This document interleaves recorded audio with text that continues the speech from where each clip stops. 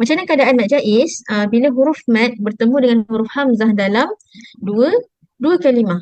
Kita tengok Yang pertama huruf mad, huruf waw bertemu dengan huruf apa tadi saya kata? Huruf hamzah dalam dua kalimah. Dua kalimah Fadhannu ni kalimah yang pertama, annahu ni kalimah yang seterusnya. Okay. So dekat sini Aimin, kalau kita baca dalam keadaan sambung, bacaan berapa harakat kita baca? Empat empat atau Kita ambil 4 ataupun? lima. Betul. 4 atau 5. Okay. So fadhannu, kita akan baca 4 ataupun 5 harakat. Sebab apa? Sebab huruf mad bertemu dengan hamzah. Tapi kalau kita nak berhenti dekat fadhannu, berapa harakat kita baca dekat nu? Dua harakat. 2 harakat sahaja.